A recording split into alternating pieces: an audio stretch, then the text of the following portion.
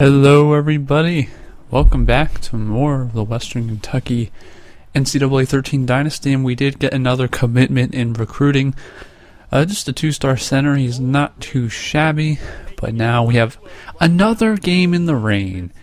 And I hope next year this is something that EA kind of tweaks a little bit, is that there's too many rain games in Dynasty, especially for teams in the South. It's too much, if you ask me. And I don't know, it kind of gets old after a while when you see rain game. But anyway, enough of that. We're taking on Troy, who we beat down pretty good last year. We scored a lot of points, and so here we are, finally getting another home game in as well, so that's nice.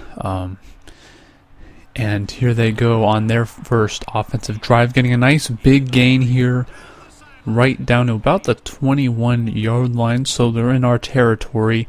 And now it's Fields. This guy killed me last year. He had 3 touchdowns in the game against us, and he was tough to stop. So now 3rd and goal here. They're going to run the option, hitches it out to Ferguson, and he's going to be stopped. Our defense has been pretty solid on the goal line situations this year. We've had a lot of nice stops within the 5-yard line. We hold them to a 21-yard field goal, so Troy 3-0 lead early in the game. So we're hoping to get some points of our own to spark some life into the home crowd, who is filling the stadium nicely now.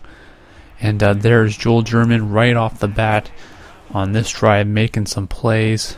Give it off to Keyshawn Simpson, but there is a flag on the play, and it's holding. The dreaded holding call that is just a killer. So 2nd and 19 now, I should say. We'll give it off to Simpson again, and he'll get a nice 7 yards on the play. So we have a 3rd and long. We have to make something of this. Cruz is going to scramble out, and he's going to find Bo Brand, who drops it, probably due to a wet ball. So yeah, we have to punt the ball away again. And there we go. Nice breaking up the pass there. We're going to get pressure on the quarterback, but it's only because it's a screenplay. And Andrew Jackson luckily gets pushed into the tackle, actually. So we hold them on that drive. So now Tyler Higbee with a nice 10-yard gain there. We go play action to Bo Brand, and now we're starting to move the ball down the field a little bit. And we've definitely improved in the passing game with our freshman quarterback John Cruz here, and another first down for Bo Brand. So we're just taking it to him. Simpson off the right side for a little first down gain, and 3rd and 3. 3rd and 3, what's going to happen? John Evans makes the catch, but he's short of the first down, and so we would just settle for the field goal to tie it at 3 here in the second quarter. So Troy, it's been pretty defensive so far, not a lot going on offensively, at least for any team to put in a full drives together to get it in the end zone. But here Ferguson bouncing it off, spins for a first down, and we're looking, our defense is looking to try and make a play here, and they're going to find Lee right on the right side. A little wheel route from Lee that kind of sneaks in behind the defense there, and we get a big stop for a loss. 3rd and 15. Our defense really needs a stop here, and they're going to go long. And it's Tyree Robinson on the defense. They're breaking up. They're going to take a long field goal attempt, and he is going to put it through the uprights.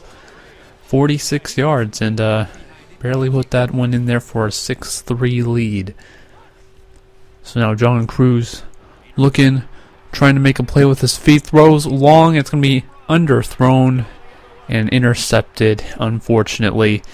And it's something that Cruz has not done a lot this year, but interceptions like that definitely hurt. And so now they go with a little read option action. It's going to be a forced fumble. Nicholas Brown, the freshman defensive end, falls on it, and we get the ball back.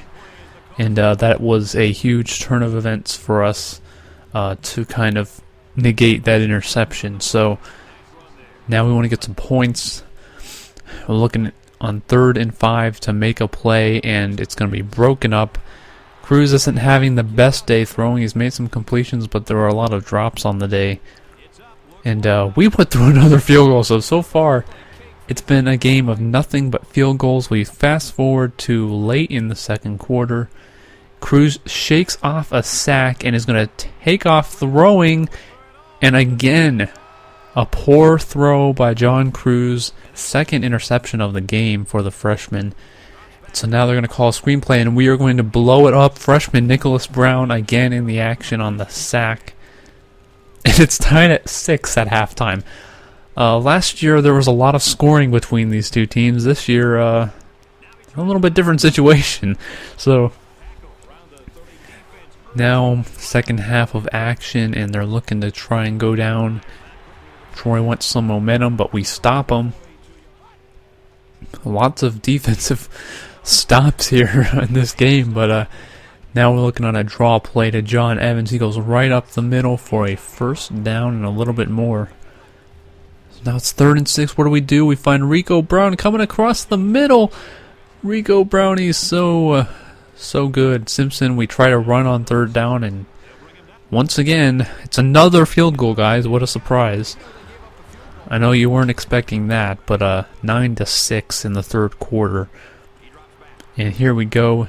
It bounces off the defender's head. Apparently, he wasn't too aware of what was going on. But another stop for our defense. We're holding them nicely, but we go ahead to their next drive as we couldn't do anything on our next drive. And then he's going to find a hole, and I don't know what Young was doing. He was doing some kind of weird dance that made him slow down for no reason.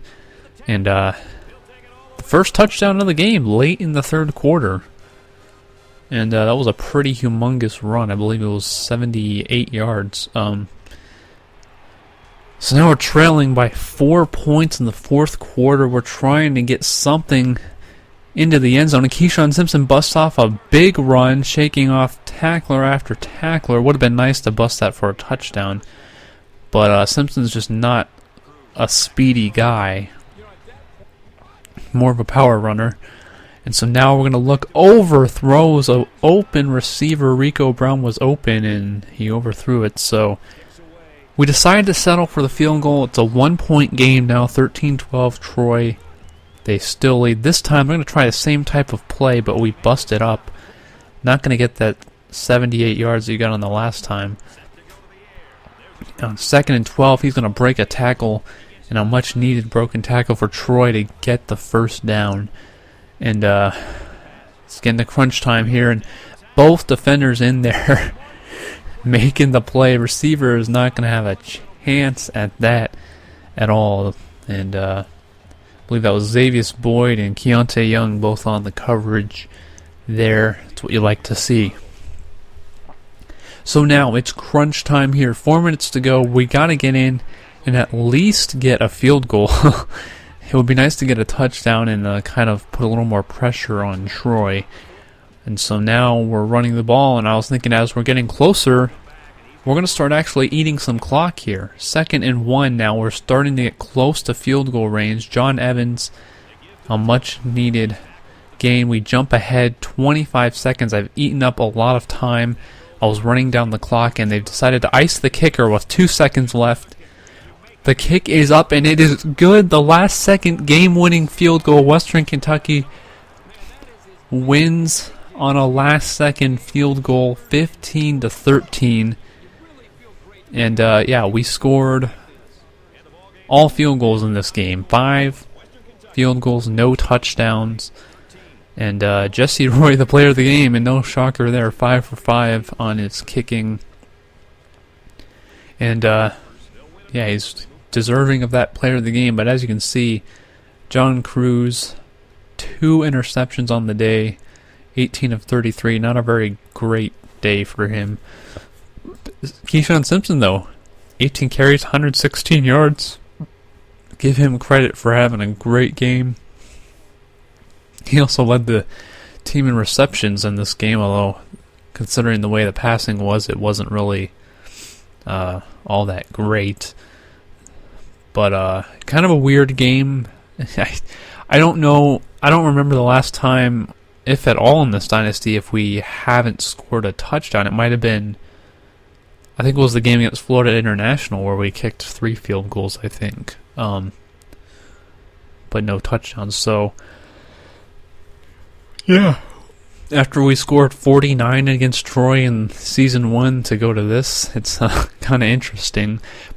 But we continue our little run here at hopefully achieving the goal that I want to achieve, and that's winning the Sun Belt Championship.